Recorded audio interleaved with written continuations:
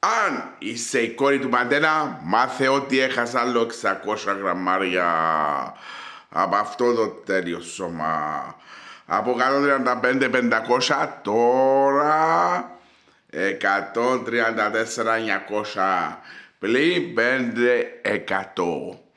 Από τα 140 τώρα 134-900 μέσα σε 8 ολόκληρες ημέρες.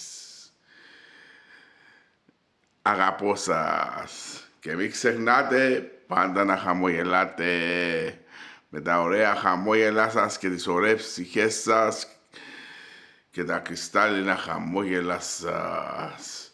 Και όσους δεν αρέσουμε πλέον, τι τους κάνουμε, τους βάζουμε ρίγανη.